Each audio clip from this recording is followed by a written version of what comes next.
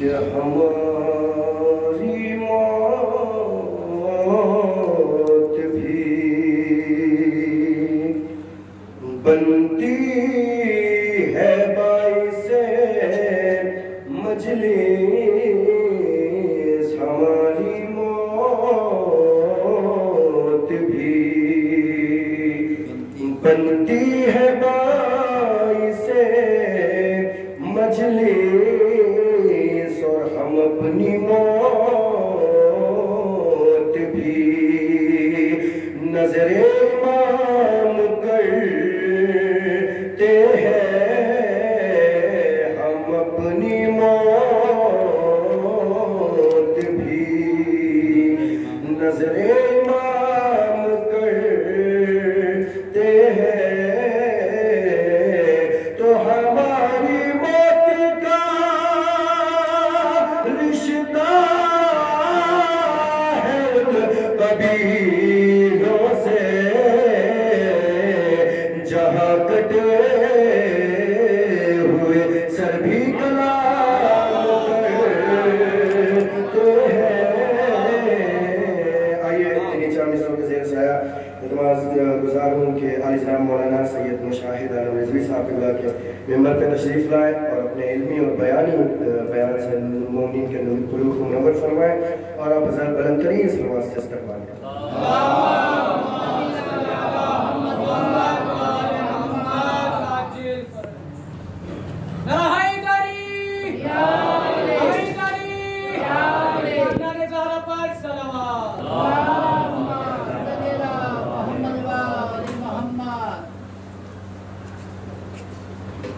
ایک مرتبہ سورہ کئی مرتبہ سورہ پر اللہ پڑھا مولانا سامان رضوی کہتے سرور رضا رضوی کو اسم کا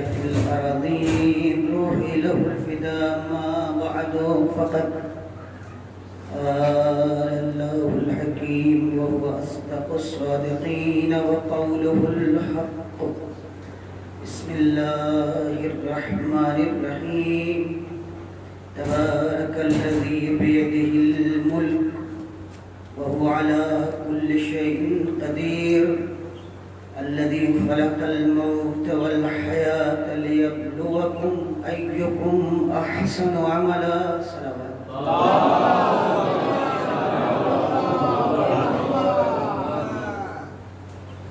میرے لیے سخت ہے کیونکہ گھر کا نام ہے، مگر مہذب قوموں کا یہی طریقہ ہے کہ اگر کسی آشنا کے یہاں کوئی مصیبت غم کا واقعہ یا حادثہ ہوا ہے تو صرف آشنائی کافی، اور یہی انسانیت کی دلیل ہے۔ انسان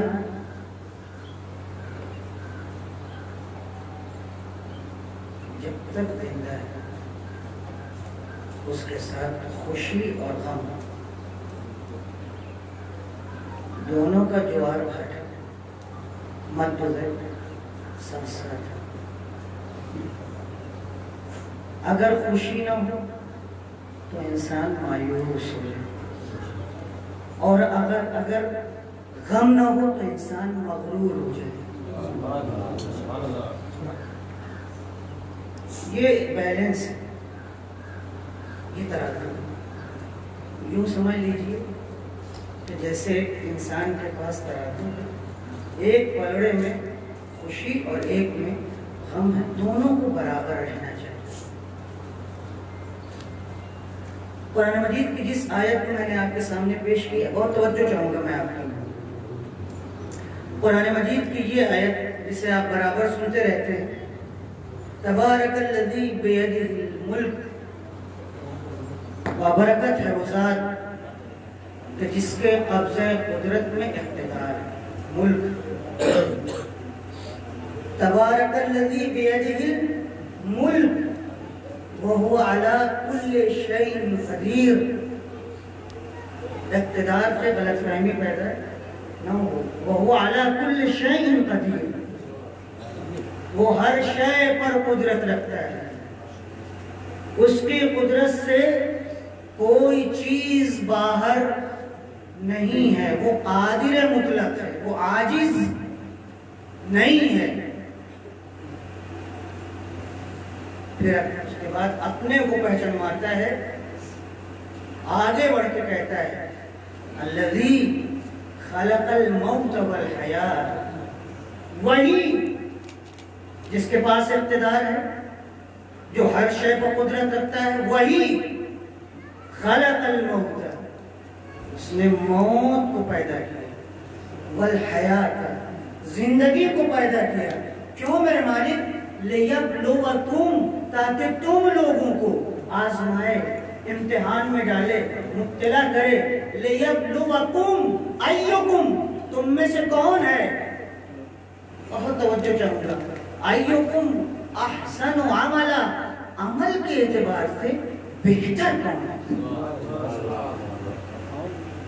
لیکن گیند آپ کے پالے میں، توجہ چاہوں گا، بہت توجہ چاہوں گا۔ پہلے اپنے کو پہچانوایا، اپنے کو تعارف کروایا، کون؟ اللہ۔ اپنے کو پہچانوا رہا ہے، کیسے؟ اقتدار کے ذریعے سے۔ میرے مالک اقتدار سے کیوں پہچانوا رہا ہے؟ توجہ چاہوں گا، اس لیے کہ یہ انسان انہی لفظوں سے مانوس ہے، انہی چیزوں سے مانوس ہے، اسی میں زندگی بسر کرتا ہے۔ کسی کے نزدیک دولت، کسی کے نزدیک پیسہ، کسی کے نزدیک پراپرٹی، کسی کے نزدیک کرنسی، کسی کے نزدیک اولاد، کسی کے نزدیک جائیداد، کسی کے نزدیک خاندان۔ ان سب کو اکٹھا کر لو تو اقتدار بن جاتا ہے۔ ان سب کو اکٹھا کر لو تو اقتدار بن جاتا ہے، مگر یاد رکھیے گا دنیا کا اقتدار ایک اس کی چہار دیواری ہے، سرحد ہے، اس سے پار نہیں کر سکتے۔ ابھی آپ یہاں کے وزیر اعظم تھے، ابھی آپ یہاں کے چودھری تھے، ابھی آپ یہاں کے رئیس تھے، ابھی آپ یہاں کے دولت مند تھے، مگر آپ نے کہا میں فلاں کنٹری میں جانا چاہتا ہوں، ادھر امیگریشن کے اوپر پہنچے، کا پاسپورٹ کہاں ہے، ویزا کہاں ہے، آپ کو کچھ بھی نہیں، میں ڈپلومیٹ ہوں، میں سیاسی ہوں۔ اگر آپ ڈپلومیٹ ہیں تو سیاسی اور ڈپلومیٹ بینچ بھی الگ ہے، وہاں بھی آپ کو پاسپورٹ دکھانا رہتا ہے، یہ نہیں کہ بغیر پاسپورٹ چلے جائیں۔ تو دنیا کا اقتدار محدود ہے، وہ آگے بڑھنے والا نہیں ہے، اسی لیے اللہ نے کہا وَهُوَ عَلَىٰ كُلِّ شَيْءٍ قَدِيرٌ، تمہارا اقتدار یہی رہ جانے والا ہے، ہم تو تم پر بھی قادر ہیں، تمہارے اقتدار پر بھی قادر ہیں۔ صلوات ہے محمد والا۔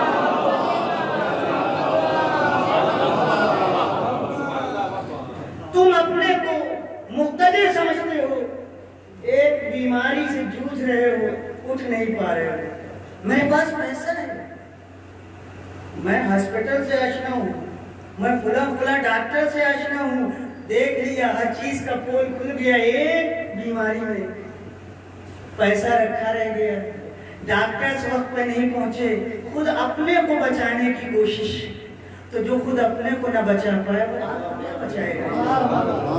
وَهُوَ عَلَىٰ كُلِّ شَيْءٍ قَدِيرٌ، لہذا پروردگار کہتا ہے مغرور نہ ہو، متکبر نہ ہو، ہماری طرف پلٹ کر کے آؤ۔ اگر تمہاری طبیعت مجھ سے آشنا ہو گئی تو وقت پہ ڈاکٹر بھی پہنچا دیں گے، ہاسپٹل بھی پہنچا دیں گے، بہترین آپریشن بھی ہوگا، پیسے کا بہترین مسلک ہوگا۔ تبارک الذی بیدہ الملک، ممکن ہے کروڑ پتی ہوں، ممکن ہے ارب پتی ہوں، مگر برکت اللہ کے ہاتھ میں ہے، وہ سلب کر لے، وہ کہتا ہے مجھ سے آشنا ہو جاؤ، برکت میں دینے والا ہوں، 10 روپیہ ہو کروڑ بنا دوں گا، کروڑ ہے ارب بنا دوں گا، برکت میرے ہاتھ میں ہے۔ برکت کسی ڈاکٹر کے ہاتھ میں نہیں ہے، کسی ہاسپٹل کے ہاتھ میں نہیں ہے، دوائی کے ہاتھ میں نہیں ہے۔ ڈاکٹر کا آخری کام یہ ہے کہ وہ چیک اپ وغیرہ دیکھنے کے بعد نسخہ لکھ دے، دوا لکھ دے، شفا نہیں لکھ سکتا۔ توجہ چاہوں گا میں آپ کی، شفا نہیں لکھ سکتا۔ مولا کائنات نے دعائے کمیل میں ہم جیسے مسکینوں، غریبوں، چاہنے والوں کو آواز دی، بتایا تم دوا چاہتے ہو یا شفا؟ ہم نے کہا مولا آپ کے مکتب میں پلا بڑھا ہوں، بچپن سے بڑا ہو گیا، بوڑھا ہو گیا، فرشادہ پہ آتے آتے داڑھی سفید ہو گئی ہے، تنہا دوا نہیں چاہیے، ہمیں شفا بھی چاہیے۔ تو کہا آؤ ہم تمہیں دعائے کمیل میں بتاتے ہیں، یا من اسمہ دوا و ذکرہ شفا، یاد رکھو اگر تم اللہ کا نام لوگے تو تمہیں دوا ملے گی، اور اگر اس کی یاد کو مسلسل اپنی یاد بنا لوگے تو شفا ملتی رہے گی۔ نعرہ حیدری، حیدری، محمد صلوات۔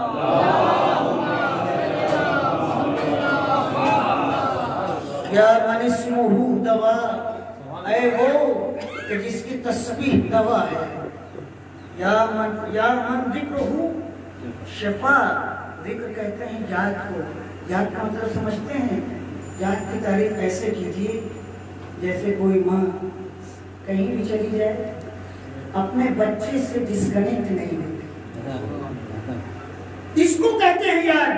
اگر یہ چیز ہمارے اندر پیدا ہو گئی تو ضروری نہیں ہے کہ مسجد میں جاؤ، ضروری نہیں ہے کہ مصلی میں بیٹھو، یاد ایک ایسی چیز ہے کہ جس کا تار کبھی نہیں ٹوٹتا۔ اگر یہ ہماری ہیبٹ ہو گئی تو مسلسل شفا ملتی رہے گی۔ بہت توجہ چاہوں گا، اب شفا کی بات آئی ہے تو مثال سنیے مناسبت سے۔ حضرت امام خمینی رضوان اللہ علیہ، جن کا نام برابر سنتے رہتے ہیں، جو ایران میں انقلاب لے کے آئے تھے، 41 سال آج اس انقلاب کو ہو گیا۔ دنیا میں آج کم سے کم 100 زیادہ سے ممالک ہیں، کنٹریز ہیں، چھوٹے بڑے سب ہیں، لیکن اگر کسی کا نام، کسی کی دھات ہے تو فقط ایک ملک کی۔ بہت توجہ چاہوں گا، اس کا بنانے والا، اس کا بابا کون ہے؟ حضرت امام خمینی۔ سنیں گے یوں ہی، اما لوگوں کو پتہ نہیں ہے، میں نے تو پرانا گھر بھی دیکھا جہاں سے انقلاب اٹھا، وہ گھر بھی دیکھا جہاں سے اقتدار اٹھا، آخر تک کرائے کے مکان میں رہے اور دنیا سے گزر گئے. لائیے کوئی ایسا سکتے میں بیٹھنے والا, لائیے ایسا کوئی وزیر اعظم, لائیے کوئی ایسا صدر, یہ اپنے لیے نہیں آپ کے لیے سوچتے ہیں, جو ہمارے ائمہ کی عادت رہی ہے.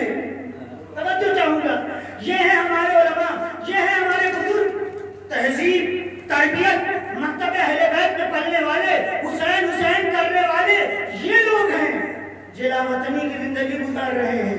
نجف میں ہیں, 15 سال ہو گیا, ایران سے باہر کر دیے گئے, بال بچے پاس میں نہیں ہیں. نجف صدام کا زمانہ ہے. ان کے بڑے بیٹے مصطفیٰ خمینی جو خود مجتہد تھے, کہاں ہیں؟ ایران میں. حضرت امام خمینی خود کہاں ہیں؟ نجف میں. جلا وطن ہے, در بدر ہے. مگر نجف پہنچنے کے بعد درس, اور وہ بھی ولایت فقیہ کا آغاز, تبیین, تفسیر, اقتدار اسلامی وہیں سے شروع ہوا. بہت توجہ چاہوں, شاید کسی کے لیے اس میں درس ہو. امام خمینی کے بیٹے کو زہر دیا گیا ایران میں. مصطفیٰ ایک جانا پہچانا ہوا نام ہے علم دنیا میں, یہاں لوگ نہیں جانتے. ابھی 35-40 کے تھے, بہترین کتابیں ان کی آ چکی تھی, عربی میں لکھتے تھے, فارسی میں لکھتے تھے, بہترین ادیب تھے, اور ان کو زہر دے دیا گیا. آپ بتائیے, مجتہد پاک کا مجتہد بیٹا اگر مار دیا جائے تو اس کا اثر فقط خاندان پہ نہیں ہوتا, جتنے شاگرد ہیں, جتنے وابستہ ہیں, جتنے لوگ پہچانتے ہیں, سب متاثر ہوئے. حضرت امام خمینی کو تار کے ذریعے سے نجف یہ خبر دی گئی کہ مصطفیٰ خمینی دنیا سے گزر گئے. آگے سنیے, بہت توجہ چاہوں گا. مجلس رکھی گئی, مثال ثواب کی مجلس رکھی گئی. حضرت امام خمینی اس میں تشریف لائے, ذاکر منبر پر گیا. خود ذاکر کا بیان ہے جو میں یہاں سے پڑھ رہا ہوں. جو ذاکر, امام خمینی کے ذاکرین معتبر لوگ تھے, ہر ایک سے علماء کے ہر ایک نہیں پڑھ سکتا, یہ میں آپ کو بتا دوں. مجتہدین اکرام کے ہر ذاکر منبر پر نہیں آ سکتا. جس کو مجتہد سمجھتا ہے کہ یہ سچ بولتا ہے اور کتاب سے ادھر ادھر نہیں ہوگا, اپنی طرف سے نہیں بنائے گا, اس کے علاوہ کوئی نہیں. آغا کوثری مر گئے, مرحوم ہو گئے. آغا کوثری ایک شناخت ان کی تھی, پہچان ان کی تھی, بزرگ تھے. یہ منبر پر گئے, اس کے بعد مصطفیٰ خمینی کی زندگی, تاریخ, علمی کارنامے, تقویٰ, طہارت بیان کرنا شروع کیا. خود کہتے ہیں کہ میں نے دیکھا ایک قطرہ آنسو بھی امام خمینی کے آنکھوں سے نہیں گرا. بڑی کوشش کی. ہم لوگ چاہتے تھے, جو کہ ہارٹ پیشنٹ تھے, امام خمینی رضوان اللہ علیہ ہارٹ پیشنٹ تھے, چاہتے کچھ ذرا سا آنسو گرے, مگر ذاکر پڑھتا جاتا ہے, بیٹے کی تعریف کرتا جاتا ہے, امام خمینی کی آنکھوں میں آنسو نہیں ہے. کوثری صاحب سمجھ گئے کہ یہ بیٹے کی تعریف و تمجید پر رونے والے نہیں ہیں, یہ اس سے متاثر ہونے والے نہیں ہیں. مجھے یاد آیا میں غلط کر رہا ہوں, میں نے علی اکبر کے مسائل شروع کر دیے. جیسے علی اکبر کا نام آیا, جیسے ہی نام آیا, اس طرح سے آنکھوں سے اشک روا ہوئے جیسے برسات میں پانی برستا ہو. اس کو کہتے ہیں صبر, اس کو کہتے ہیں اہل بیت کی محبت. اپنے بیٹے پہ نہیں روئے. یہ ہے ہمارا مجتہد. کس پر روئے؟ جب علی اکبر کا نام لیا گیا, جب جناب عباس کا نام لیا گیا.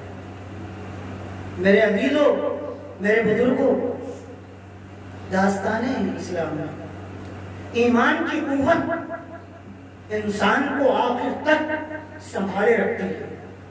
اگر یہ قوت ہم سے سلب ہو جائے تو ہم میں اور غیروں میں کوئی فرق نہیں ہے. توجہ چاہوں گا میں آپ کو, ہم میں اور غیروں میں کوئی فرق نہیں ہے.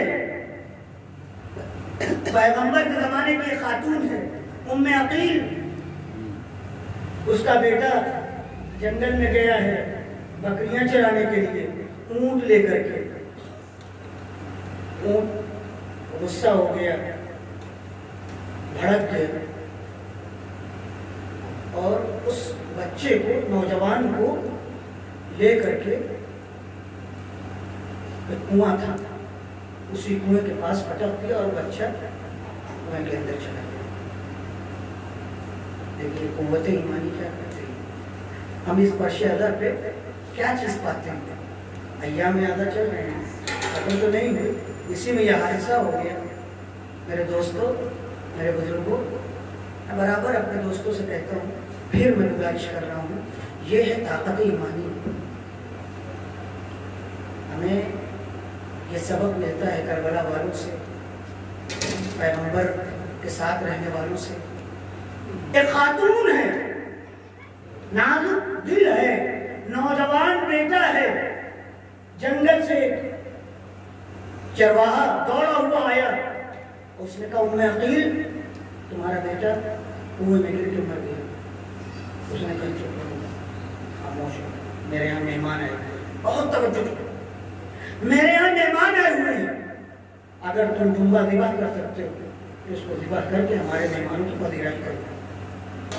اللہ اکبر، مہمانوں کے لیے گوشت، اور اس کے بعد سرو کیا گیا، دسترخوان پہ رکھا گیا۔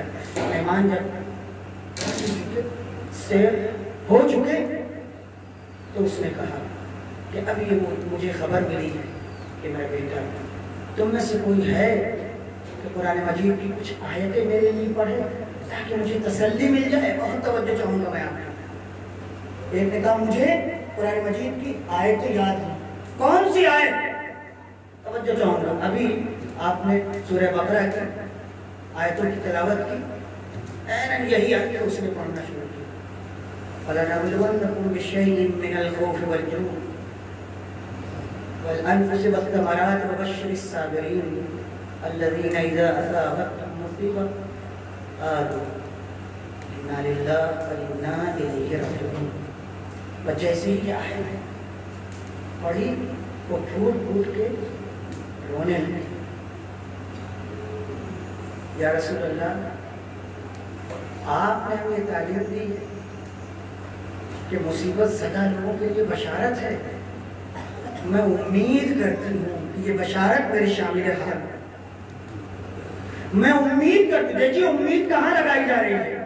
وہیں جہاں سے امید پوری ہو سکتی ہے۔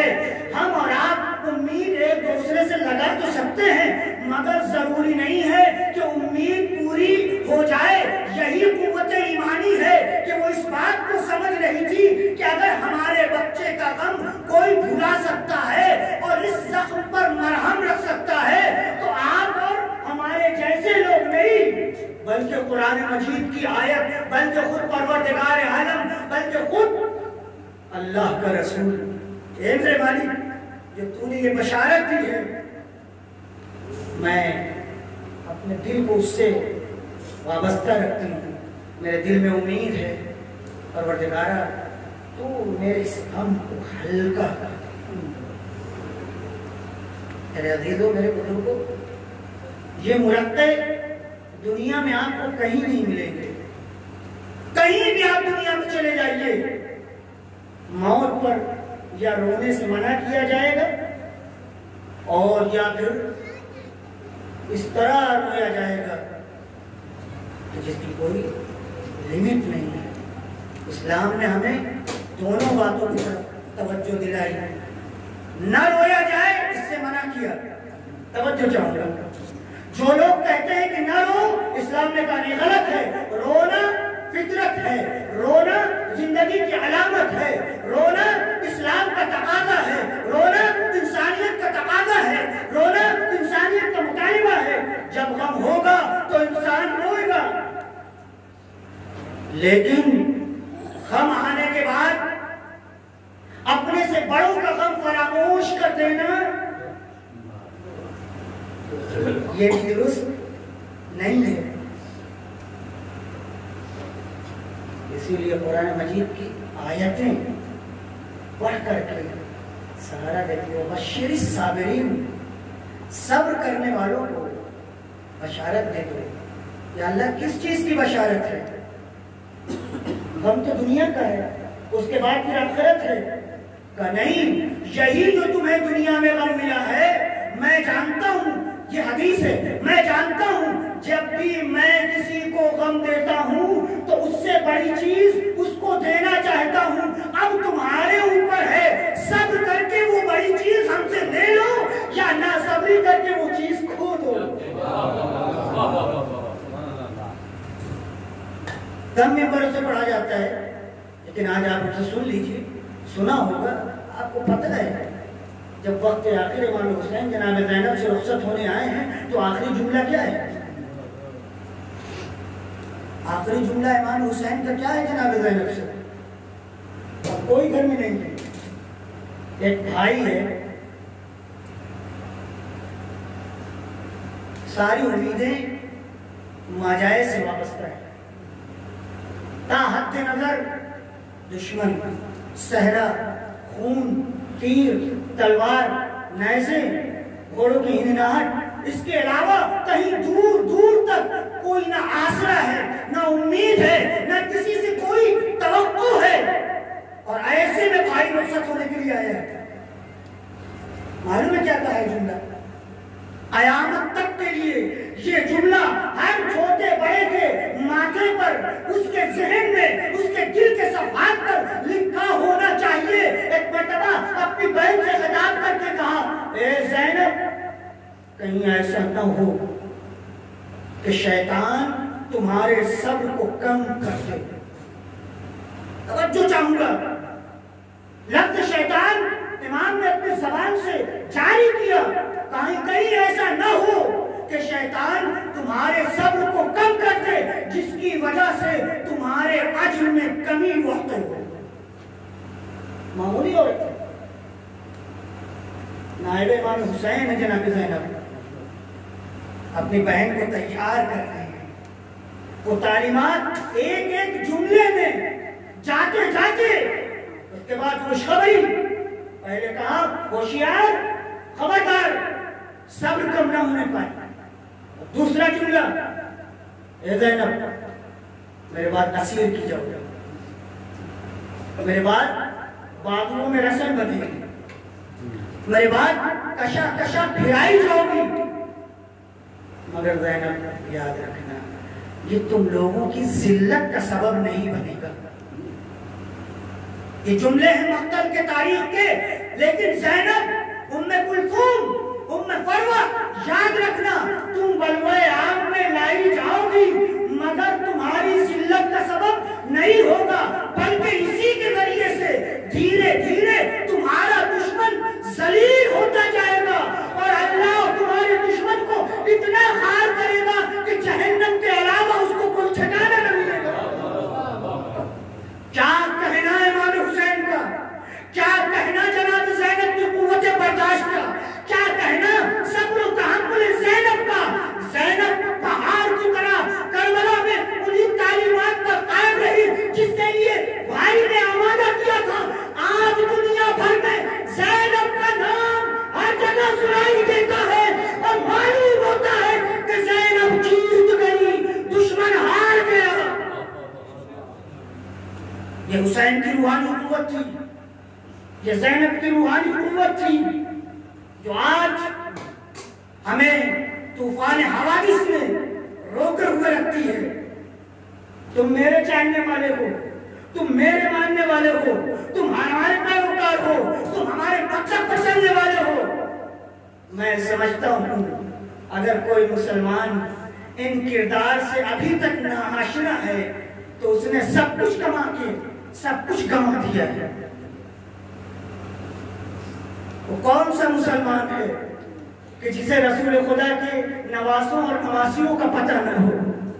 وہ کون سا مسلمان ہے جو مجلس حسین سے آشنا نہ ہو؟ ایک جملہ میں کہنا چاہوں گا جو آج وقت کی ضرورت ہے، میں بار بار کہتا ہوں، پھر کہنا چاہوں گا، اے مسلمانوں، اگر آپ کے یہاں میلاد النبی منایا جاتا ہے بہت اچھا، اور جن کے یہاں نہیں منایا جاتا ہے اور وقت کا تقاضا ہے کہ وہ منائیں، لیکن جو مناتے ہیں میں ان سے کہنا چاہوں گا، ان کے بزرگ بھی سمجھ گئے ہیں تنہا عید میلاد النبی سے، سال میں ایک مرتبہ اکٹھا ہونے سے قوم اور ملت کا بھلا ہونے والا نہیں ہے۔ تمہیں بھی فرش ادا پر اسی طرح آنا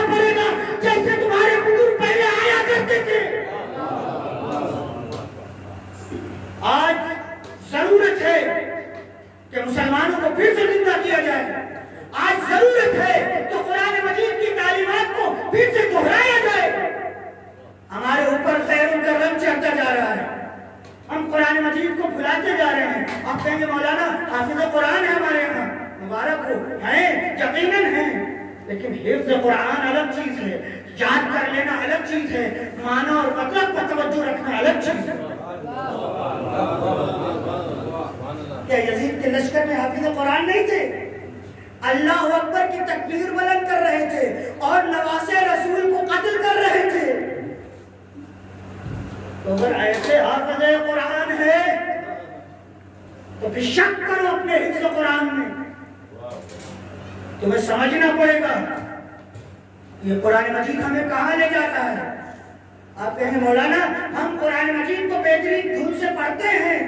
آج مصر میں چلے جائیے، ایک سے ایک قاری ہیں، ایک سے ایک قرہ ہیں جو کانفرنسوں میں، وہ بھی بین الاقوامی انٹرنیشنل کانفرنسوں میں آتے ہیں، قرآن پڑھتے ہیں. کن کے لیے؟ جو ملت کا مال غصب کیے ہوئے بیٹھے ہیں. اسی لیے کربلا 61 ہجری میں ہوئی تھی، جو اس لیے کہ آئندہ مسلمانوں کی 2 تصویر پیش ہونے والی تھی.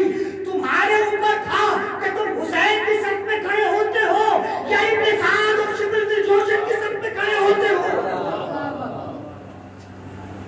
امام حسین، ان کے نانا، ان کے بابا علی مرتضیٰ آج کی تصویر دیکھ رہے تھے کہ ایک افغانستان بنے گا، ایک شام بنے گا، ایک عراق بنے گا، ایک ایران بنے گا، اور 2 تصویریں آئیں گی.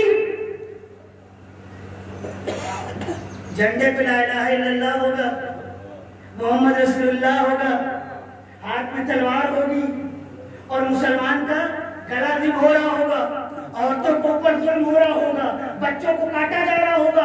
ایک طرف یہ تصویر اور دوسری طرف یہ تصویر کہ کوئی بچوں کو پانی پلا رہا ہوگا، کوئی عورتوں کی مدد کر رہا ہوگا، کوئی کسی بھی صورت سے دوسرے ملک میں جا کر کے غریبوں کی مدد کر رہا ہوگا. لا الہ الا اللہ سے کچھ نہیں ہوتا، محمد رسول اللہ سے کچھ نہیں ہوتا. یہ دیکھنا ہے کہ آپ اس کلمے کا کیا مفہوم سمجھتے ہیں. یہ دیکھنا ہے محمد رسول اللہ کہتے آپ رحمت رسول خدا کو یاد کرتے ہیں یا آپ کے دل میں جو بیٹھے ہوئے کینے ہیں اس کو باہر نکالتے ہیں. اور ایک جملہ ممکن ہے کہ برا لگ جائے، لیکن مجھ جیسے لوگوں سے بعید نہیں ہے، ممکن ہے. بہرحال میں یہ بھی کہوں گا فرش ادا پہ آنے کے بعد اگر نعرہ حیدری ہے تو نعرہ حیدری کے اندر دیکھنا پڑے گا حسینیت ہے کہ نہیں، زینبیت ہے کہ نہیں، دیکھنا پڑے گا. اس لیے کہ اب دشمن بہت چالاک ہو چکا ہے. پہلے شیعہ اور سنی، اور اب شیعہ اور شیعہ. چونکہ یہ باتیں عام ہو چکی اور پبلسٹی ہو چکی، لہذا اب کہنے میں کوئی حرج نہیں ہے. میں اپنے جوانوں کے لیے کہنا چاہتا ہوں، یاد رکھیے گا ہمارا مکتب، ہمارا مذہب آزاد آوارہ نہیں ہے. ہمارا امام حاضر ہے اور اس نے نیابت میں ہمارا ہاتھ بابصیر، سمجھدار، پڑھے لکھے، قرآن و سنت سے وابستہ متعلق مجتہدین کے ہاتھ میں ہاتھ دیا ہے.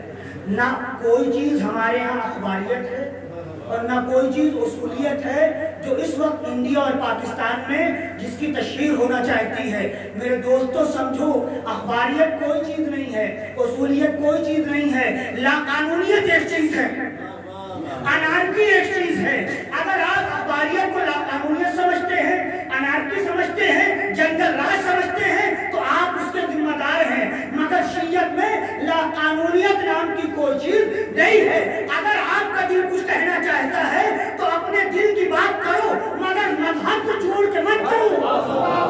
اس لیے کہ مذہب سے جوڑ کے، چاہے وہ اسلام سے جوڑا جائے، چاہے وہ علی مرتضیٰ سے جوڑا جائے، چاہے وہ قرآن سے جوڑا جائے، چاہے وہ اہل بیت سے جوڑا جائے، اس کے 2 گناہ ہیں. ایک تو تم نے اپنے کو گمراہ کیا، دوسرے مذہب کو بدنام کیا. یاد رکھیے دوہرے گناہ پر عذاب بھی دوہرا ہوتا ہے. آپ سے کوئی تعلق نہیں ہے ان سب باتوں کا. میں تو اخباری ہوں. کس کھیت کی مولی ہیں آپ؟ کہاں تھے ابھی تک؟ میں تو اصولی ہوں. کیا جانتے ہیں اصول کے بارے میں؟ کیا پڑھ لیا آپ نے؟ کوئی قانون، کوئی کتاب نہیں. ابھی تک تو ایک آیت بھی مجھے پڑھنے نہیں آتی قرآن کی. تو اسلام تو قرآن میں نازل ہوا ہے. 4 کتابیں حدیثوں کی ہیں شیعوں میں بڑی. اصول کافی سے لے کے بلائے غور استفسار تہذیب. کون سی عبارت تم کو اس میں آتی ہے؟ نہیں مجھے تو اردو بھی نہیں آتی. تو آپ کہاں سے آئے ہیں؟ کون ہے آپ؟ ممبر پہ آؤ تو یاد رکھو یہ ممبر رسول کہا جاتا ہے. ممبر خلیفہ نہیں کہا جاتا. یہ ممبر رسول ہے. اگر کسی نے رسول کو صحیح پہچان لیا تو رسالت کا مطلب یہ ہے کہ بلا فصل امامت. اور جس نے امامت کو پہچان لیا مرتے دم تک کسی غیر معصوم کے ہاتھ پر کہ جو جاہل ہو، نادان ہے اور ذمہ دار نہیں، اس کے ہاتھ پر بیعت نہیں کر سکتا. یہ مجتہدین جنہوں نے اپنی پوری زندگی اسلام کو پہچاننے میں، پہچانوانے میں صرف کر دی، ایک فتویٰ کبھی نہ بھیجا اور نہ بھیجا اور اپنی جان قربان کر دی. اور آپ کو مجمع میں بیٹھنے کی تمیز نہیں، منبر پر آتے ہیں. آپ کو مجمع میں بیٹھنے کا سلیقہ نہیں، محراب میں کھڑے ہوتے ہیں.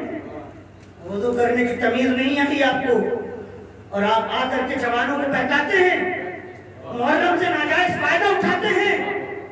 یاد رکھو محرم فقط زینب کے ماننے والوں کا ہے.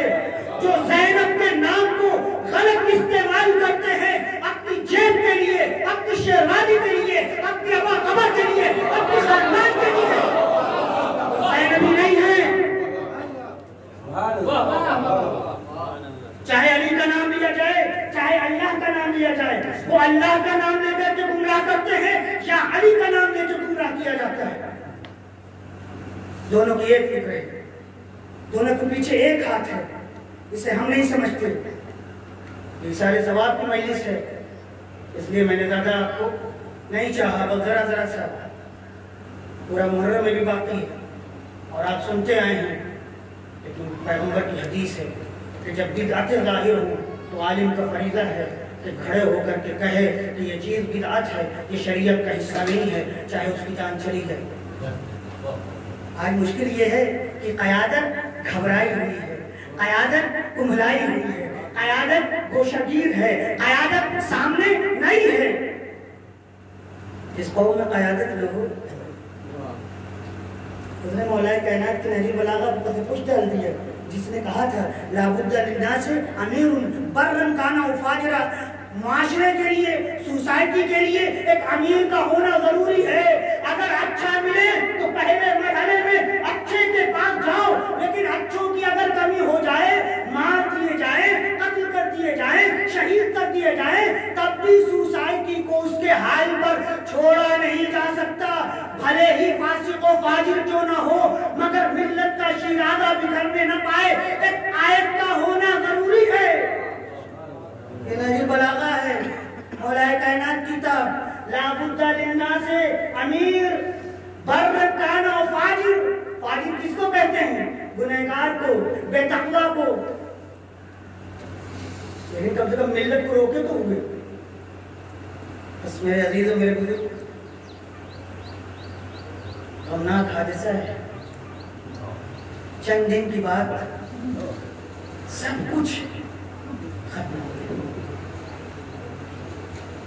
گھر والوں کے لیے، چھوٹے چھوٹے دونوں بچوں کے لیے جو بنا سمجھ ہیں، شوہر کے لیے، ساس سسر، نانی، بھائی. ایک دلدوز کہانی، اس کو زبان پہ لاتے ہوئے بھی جملے نہیں ملتے کہ اس داستان کو کیسے بیان کیا جائے. مگر کربلا ایک ایسی انوکھی داستان ہے کہ جہاں جا کے سارے غم ختم ہو جاتے ہیں. آدمی تنہائی میں بیٹھے کربلا کے ایک ایک کارنامے پر میں سمجھتا ہوں انڈیویجول طریقے سے انفرادی طور پر ہر آدمی کے لیے کربلا میں کچھ نہ کچھ، ہر انسان کے لیے۔ آپ تنہا بیٹھ جائیں اور کربلا کے ایک ایک فرد کے اوپر، ایک ایک مظلوم پر ذرا سوچنے لگے تو آپ کو ایسا لگے گا جیسے یہ داستان میری زندگی کی ہے، یہ کہانی میری زندگی کی ہے۔ یہ کربلا کا معاملہ ہے، اس لیے کہ کربلا قیامت تک کے لیے ہدایت ہے۔ ارباب اعداد ابھی ایام اعداد ختم نہیں ہوئے تھے، یہ خبر آ گئی، گھر میں پروگرام مچ گئے، سب رونے لگے، سارے آہستہ اقارب سن کر کے ہاسپٹل، گھر، کوئی ہاسپٹل پہنچا، کوئی گھر تک آیا، کوئی قبرستان تک گیا، بس جس کی جتنی سکت تھی اس نے انجام نہیں۔ مگر میں آپ سے عرض کرنا چاہوں گا کہ مجمع دیکھ کے شرمندگی ہو رہی تھی، کیونکہ ایک جنازہ کربلا میں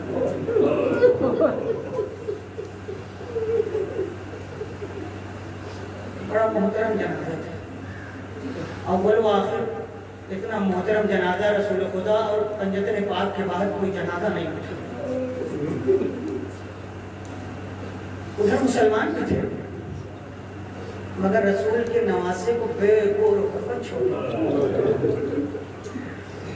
بہن آئی تو ایسے عالم میں آئی کہ جب اس کے بازو پسے گردن بندھے ہوتے تھے۔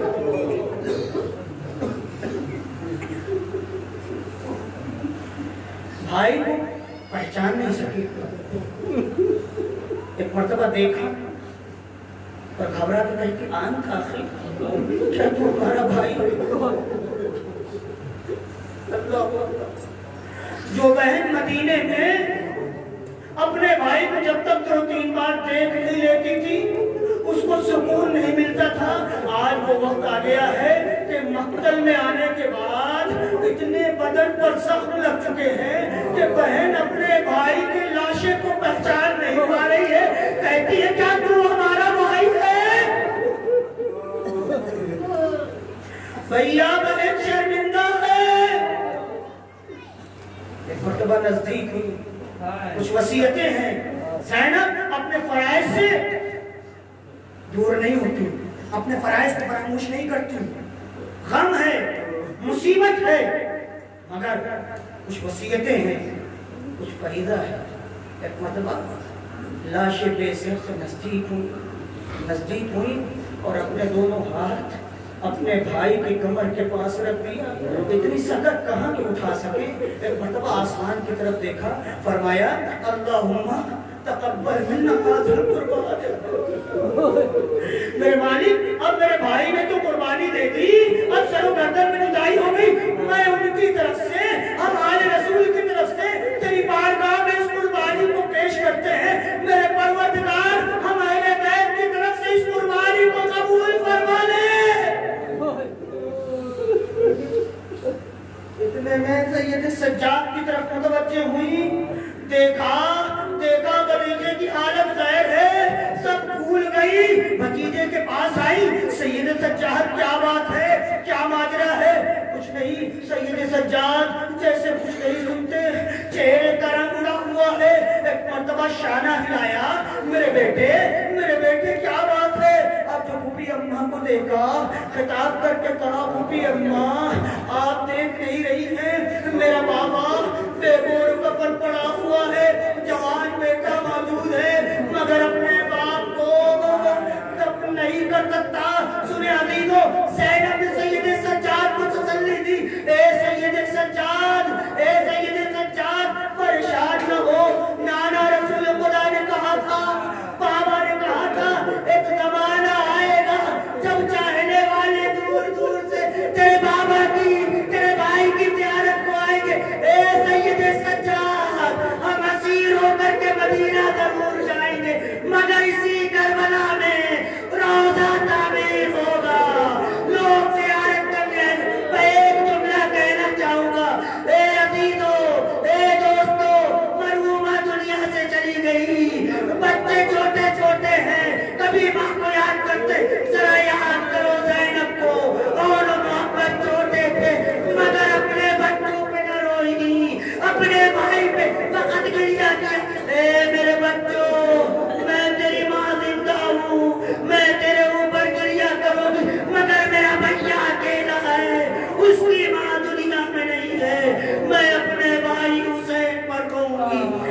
فسيعلم الذين ظلموا أي منقلب ينقلبون. پروردگار کے واسطے محمد و آل محمد ہماری اس مجلس کو قبول فرمائے. پروردگار اس مجلس کے ثواب کو مرحومہ کو پہنچا دے. پروردگار مرحومہ کے گناہان کبیرہ و صغیرہ کو معاف فرما. پروردگار ان کے بچوں کو، ان کے گھر والوں کو، عزیزوں کو صبر و اجر عنایت کر. پروردگار اس زخم کو جلد سے جلد مندمل کر. اے میرے مالک جو پریشان حال ان کے پریشانیوں کو دور فرما. پروردگارہ اس بیماری کو جو دنیا میں ہے اس کو ختم کر دے. علماء عالم کا سایہ ہمارے سروں پر قائم اور دائم کر. اے میرے مالک ہمارے جوانوں کو آخری زمانے میں فتنوں سے بچا دے. مسلمانوں میں اتحاد و اتفاق اور محبت پیدا کر.